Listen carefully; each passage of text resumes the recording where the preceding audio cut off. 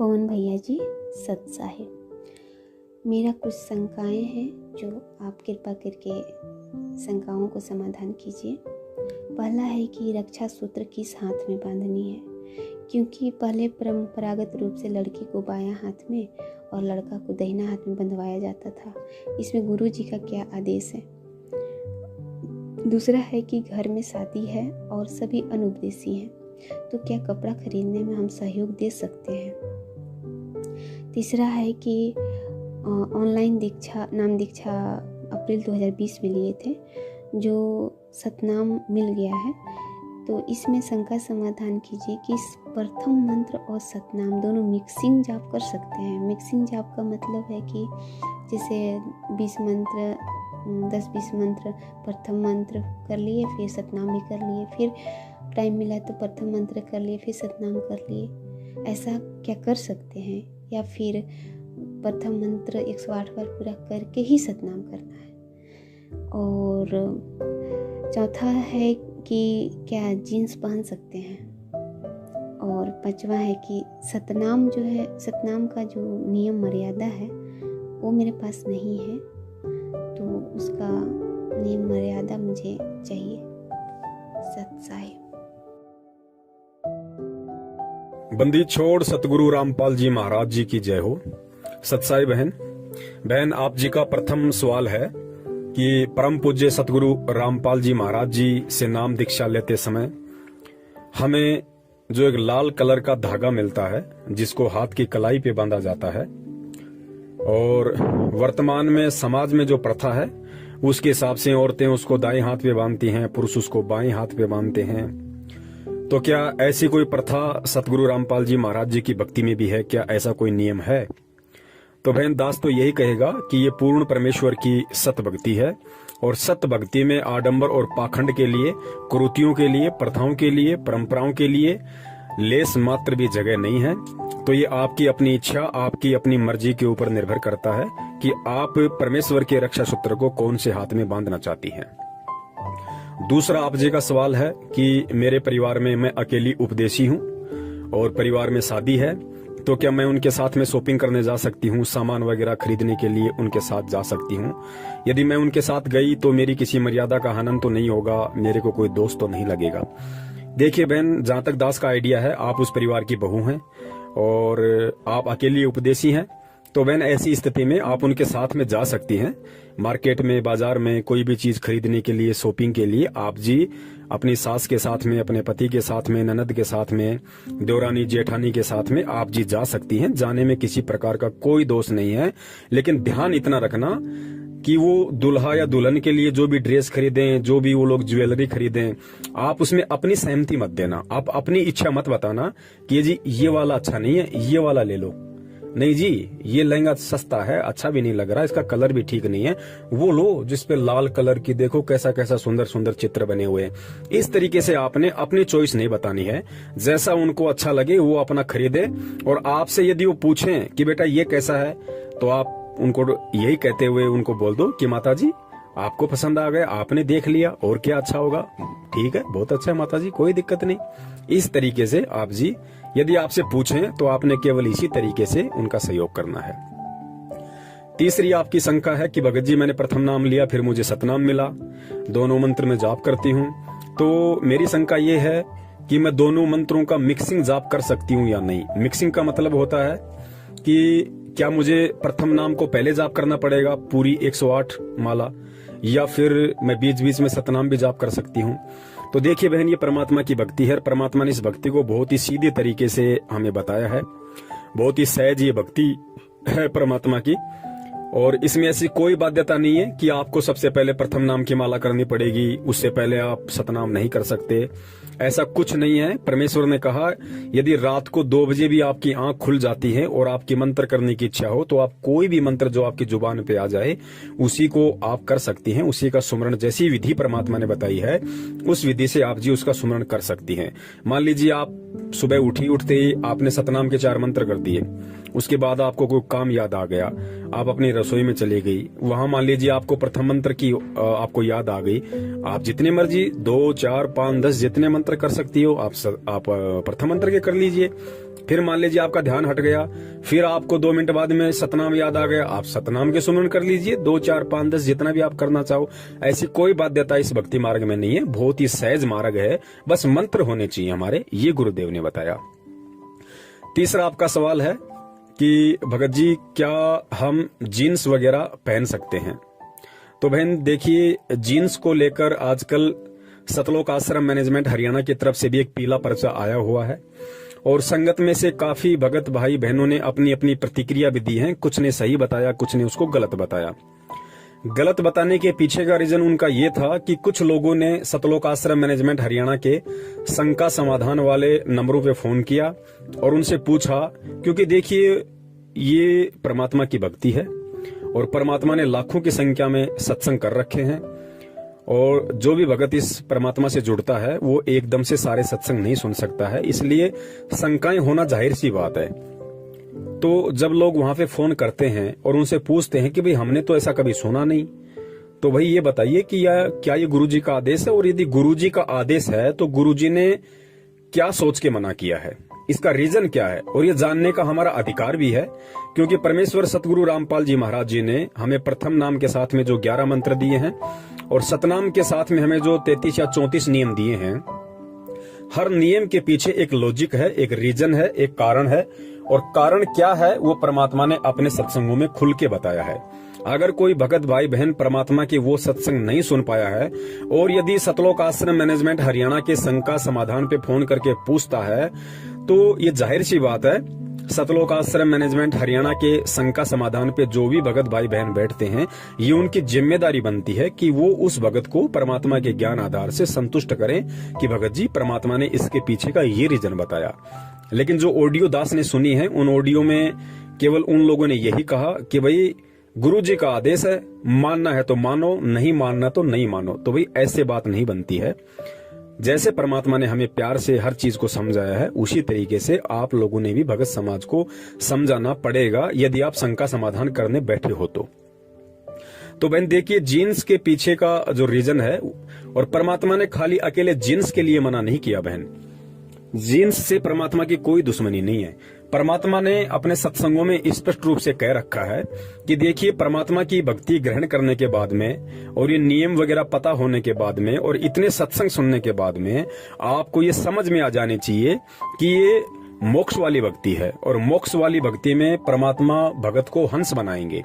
और हंस कौन होता है? हंस वही होता है जो अपना सीधा साधा तरीके से रहे, ना कोई ज्यादा चटक मटक करे, ना ज्यादा ऊपर मुंह करके चले, बिल्कुल सिंपल सादा। परमात्मा कहते हैं साधु सोई जो सीधा चाल है। तो हमें हर तरीके से हमने भगत बन के रहना होगा। परमात्मा ने बताया कि भगत का बोलना, भगत का चलना, भगत का उठना, भगत का बैठना, भगत का पहनना एक बिल्कुल सभ्य होना चाहिए। उनके भगत के उठने, बैठने, चलने, बोलने में भी कहीं कोई अश्लीलता नजर नहीं आनी चाहिए, किसी भी प्रकार की कोई असभ्यता नजर नहीं आनी चाहिए। तो आजकल समाज का जो बिगड़ा हुआ रूप है और जिस कदर कपड़ों को लेके जो अश्लीलता समाज में फैली हुई है, उससे बचाने के लिए परमात्मा ने अपने भगत को ये आदेश दिया हुआ है कि भाई आप मेरे बच्चे हो, आप परमात्मा के बच्चे हो, और परमात्मा के बच्चे ने केवल परमात्मा को प्रसन्न करना होता है। और परमात्मा किन बातों से प्रसन्न होता है ये भी गुरुदेव ने सत्संगों में बताया है कि परमात्मा केवल अपने भगत के सीधेपन से और साधेपन से प्रसन्न होता है। हम परमात्मा को होठ लाल करके, हम परमात्मा को बाल काले करके, या हम परमात्मा को मेकअप करके, फेशियल करके, या सोना पहन के, चांदी पहन के, तड़क भड़क वाले कपड़े पहन के हम परमात्मा को 7 जन्म में भी खुश नहीं कर सकते। परमात्मा प्रसन्न होता है भक्ति से, सीधेपन से, और जो नियम परमेश्वर ने दिए हैं उन मर्यादाओं में रहते हुए परमात्मा की भक्ति करते रहने से। तो हमें बहुत ही सीधे और सिंपल तरीके से हमने चलना होगा। हमारे जो कपड़े हैं बहुत ही वो सभ्य तरीके वाले होने चाहिए, उनमें कहीं भी किसी भी प्रकार की कोई भी अश्लीलता नहीं दिखनी चाहिए। तो आजकल बाजार में जिस प्रकार से टाइट जींस आती हैं, या जो टाइटी आती है, जो एक पजामी टाइप की आती है जिसको माता बहनें पहन लेती हैं, और ऊपर भी बहुत सारे ऐसे कपड़े आते हैं मार्केट में जो बिल्कुल टाइट होते हैं, जिनमें माता बहनों के अंग बिल्कुल मतलब स्पष्ट रूप से दिखाई देते हैं।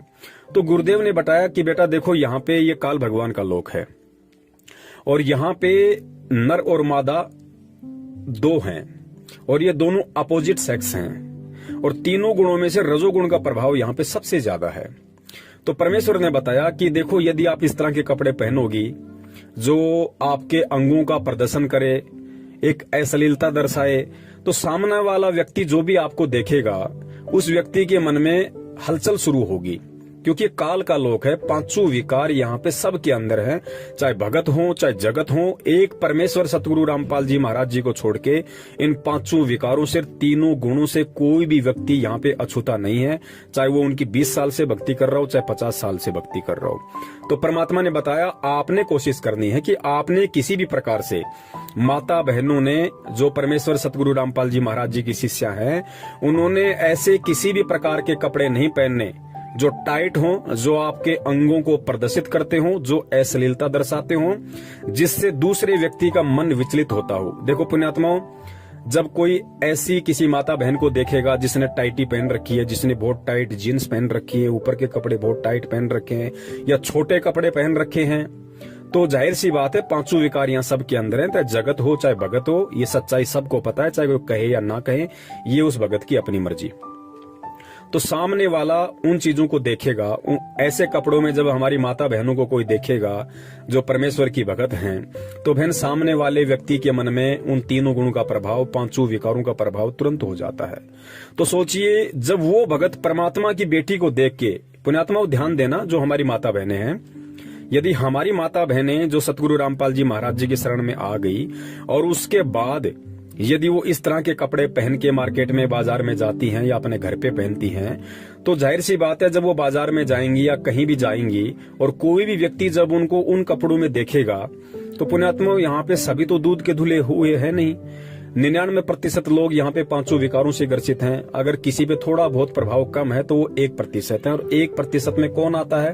जो बेचारे 60-70 साल की उम्र को ज्यादा पार कर गए हों। बाकी यहाँ सबके अंदर विकार है। तो हमारी माता बहन को जब सामने वाला व्यक्ति उन छोटे छोटे कपड़ों में या उन टाइट कपड़ों में या अश्लीलता दर्शाते हुए उन वस्त्रों में देखेगा, तो जाहिर सी बात है तीनों गुण का प्रभाव उसके अंदर होता है। तो रजोगुण का जैसे उसमें प्रभाव हुआ, वो आपके प्रति गलत सोचेगा, उसकी नजर आपके ऊपर जाते ही गलत विचार पैदा करेगी। तो बहन, उसके अंदर जो गलत विचार पैदा हुए और गलत विचार पैदा होने से उसके कर्म बिगड़ना शुरू हुए, तो उसके कर्म किसके कारण बिगड़ना शुरू हुए? उसके कर्म उस औरत या उस बहन बेटी के कारण बिगड़ना शुरू हुए जिसने छोटे कपड़े पहन रखे हैं। परमात्मा का ज्ञान लेने के बाद भी, परमात्मा की समझ होने के बाद भी, जिसने छोटे कपड़े पहन रखे हैं, जिसने टाइट कपड़े पहन रखे हैं, या जिसने ऐसे तड़क भड़क वाले, अश्लीलता दर्शाने वाले कपड़े पहन रखे हैं जो सामने वाले को थोड़ा बहुत विचलित करता है, तो बहन वहां पे हम भी दोषी हो जाएंगे। क्योंकि उसके यदि कर्म बिगड़ने शुरू हो रहे हैं, या वो यदि विचलित हो रहा है, या उसके अंदर यदि काम वासना का कीड़ा दौड़ रहा है, तो बहन वो हमारे को देख के दौड़ रहा है, तो हम भी उसमें उतने ही भागीदार हो जाएंगे। तो बहन, हमने हर प्रकार से यदि हम भगत बने हैं, तो हमने भगतों वाले लक्षण अपने ऊपर धारण करने पड़ेंगे। भगत के श्रृंगार परमात्मा ने 16 प्रकार के श्रृंगार बताए हैं। हमने उन 16 प्रकार के श्रृंगारों को हमने अपने ऊपर धारण करना पड़ेगा, धीरे धीरे परमात्मा के सत्संग सुनते रहने से, ज्ञान आधार से। तो बहन, इसलिए परमात्मा हमें छोटे वस्त्र पहनने से मना करते हैं। और परमात्मा ने केवल जीन्स के लिए ही मना नहीं किया है, परमात्मा ने तो आश्रम में यहाँ तक भी मना कर रखा था। जैसे बहुत सारी माता बहनें हैं अपना जो इस सलवार सूट वगैरह पहनती हैं, तो ऊपर का जो पहनती हैं, क्या नाम है उसका, सूट, जो ऊपर का जो सूट होता है, बहुत सारी माता बहनों का जो सूट है वो इतना छोटा होता है कि कोहनी से ऊपर तक होता है। जैसे भाई लोग, जैसे बहुत सारे लोग आप देखते होंगे जो ये टी शर्ट वगैरह पहनते हैं, तो टी शर्ट का बाजू कितनी होती है, मतलब कोहनी से ऊपर तक होती है। तो जिन माता बहनों का ऊपर का जो सूट होता है वो कोहनी से ऊपर होता था, परमात्मा उसको भी धमका दिया करते थे कि बेटा अच्छे कपड़े पहनो, पूरे कपड़े पहनो, कोहनी के नीचे तक होना चाहिए आपका बाजू, वो किसी भी प्रकार का मतलब अश्लीलता ना दर्शाए। अपने सत्संगों में भी कई बार परमात्मा ने जिक्र किया है कि माता बहनों की जो बाजू होती है वो कोहनी से नीचे होनी चाहिए और बिल्कुल ढीली ढाली होनी चाहिए, टाइट नहीं होनी चाहिए। हमारी जो माता बहनें हैं, दास उनसे यही अपील करेगा, दास उनसे यही विनती करेगा कि आगे से हम ध्यान रखें। तो विशेषकर यदि हम घर से बाहर निकलते हैं तो हम बिल्कुल सीधे साधे ढीले ढाले और एक सभ्य औरत को दर्शाने वाले कपड़े हम पहने। तो बहन इसलिए परमात्मा मना करते हैं। और यहाँ सतलोक आश्रम मैनेजमेंट हरियाणा ने इस आदेश को, जो आदेश परमात्मा सन 1994 से देते हुए आ रहे हैं, उस आदेश को इन्होंने पीले पर्चे में डाल के संगत को ये दर्शाया कि गुरुजी ने जेल से ये आदेश दिया है। क्योंकि जब तक ये लोग दिन में 1-2 पीले पर्चे नहीं डाल दें तब तक रात को ना तो ढंग से इनको खाना खाया जाता है, ना इनको ढंग से नींद आती है, क्योंकि ये इनकी मजबूरी हो गई। इन लोगों को आदत पड़ गई कि हमने 1 या 2 पीले पर्चे जबरदस्ती अड़ंग बड़ंग करके हमने संगत में डालने ही डालने। तो इन्होंने ऐसा आदेश पारित करके भेजा है, गुरुजी का आदेश आया है, माता बहनों ने टाइट जींस नहीं पहननी है। अरे भैया, परमात्मा का क्या आदेश आया है? परमात्मा तो सन 1994 से आदेश दे रहे हैं, अपने हर सत्संग में आदेश दे रहे हैं। क्या परमात्मा जेल से जाके अब ये आदेश देंगे? तो फिर तो परमात्मा सारे आदेश देंगे फिर जेल से। परमात्मा ने जींस वाला आदेश क्यों दिया? परमात्मा तो उसमें ये लिखते, अगर परमात्मा का आदेश होता जेल से तो परमात्मा तो ये लिख के भेजते कि बेटो, मैंने जो प्रथम नाम के समय जो 11 नियम दिए हैं, सतनाम के समय मैंने जो 34 नियम दिए हैं, और मेरे सत्संगों में मैंने जितने भी नियम दिए हैं, तुम्हें उन सब का पालन करना होगा, तभी तुम परमात्मा की भक्ति पे टिक पाओगे और भक्ति के लायक तुम बन पाओगे। परमात्मा एक स्पेशल आदेश क्यों देंगे भाई कि टाइट जींस नहीं पहननी है, खुली खुली जींस पहन सकते हो?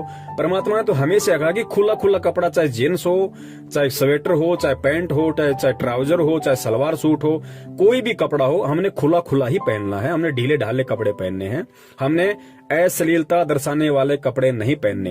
तो ये कोई जेल से स्पेशल आदेश नहीं आया है, ये तो इन लोगों की अपनी घटिया सोच है, जो संगत को मूर्ख बनाने के लिए और हमेशा इस तरह के आदेश ये लोग पारित करते रहते हैं। ये जो आदेश है, ये परमात्मा का सत्संग रूपी आदेश है। तो पुण्यात्माओं, ध्यान रखना, हमने आदेशों का गुलाम नहीं बनना।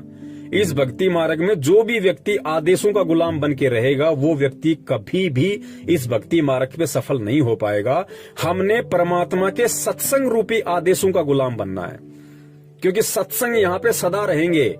गुरु यहाँ सदा नहीं रहेगा, लेकिन गुरु के सत्संग, गुरु के वचन यहाँ सदा रहेंगे। तो हमने सत्संग रूपी आदेशों का गुलाम बनना है। और जो व्यक्ति इस ज्ञान को आधार बना के परमात्मा के सत्संग रूपी आदेशों का गुलाम बन गया, पुण्यात्माओं, परमात्मा उसको किसी अन्य की गुलामी नहीं करने देंगे। वो कभी भ्रमित नहीं हो सकता, कभी भी शंकाओं में नहीं आ सकता वो व्यक्ति, क्योंकि सत्संग ही इस भक्ति मार्ग की नींव है। और जिसकी नींव ही मजबूत है, तो नींव के ऊपर भाई फिर चाहे भक्ति रूपी मकान चाहे कितना बड़ा बनाओ, कहीं कोई दिक्कत, कहीं कोई दबाव नहीं आना। और आगे आपने बताया बहन कि सतनाम के जो 34 नियम है वो आपको नहीं पता है। अब मुझे नहीं पता आपको क्यों नहीं पता है, क्योंकि वैसे तो नाम दीक्षा के समय पर्चे वगैरह दिए जाते हैं। हो सकता है ऑनलाइन आपको नाम दीक्षा मिली होगी, आपको नियम नहीं बताए गए होंगे। ना ये लोग ऐसा कोई ध्यान देते हैं, चाहे कोई नियम ले या ना ले, इनको इन बातों से मतलब नहीं है। मैनेजमेंट को केवल संख्या जोड़ने से मतलब है, ताकि ज्यादा से ज्यादा लोग ज्योति पाठ और दान जमा करवाए। नियम में रहे ना रहे ऐसी कोई बाध्यता इन लोगों को नहीं है। तो सतनाम के जो नियम है, अगर परमेश्वर दया करेंगे, मालिक प्रेरणा करेंगे, तो दास सतनाम के जितने भी 34 या 35 नियम है, परमात्मा एक विशेष वीडियो उन पे बनवाएंगे। और जैसे परमात्मा ने प्रथम मंत्र के समय जो 11 नियम दिए जाते हैं, जैसे परमेश्वर ने पहले उसका एक वीडियो बनवा रखा है, उसी प्रकार परमात्मा अगर दया करेंगे तो दास सतनाम के सभी 34 या 35 नियमों का भी एक वीडियो अवश्य बनाएगा अपने भगत भाई बहनों के लिए, और ताकि हम लोग नियमों को अच्छे से जानेंगे, समझेंगे, पहचानेंगे, तो हम भक्ति पे दृढ़ होकर चल सकेंगे। अगर समय आया, परमात्मा ने प्रेरणा की, तो अवश्य सतनाम के नियमों का भी वीडियो बनेगा। सत साहिब, जय हो बंदी छोड़ की।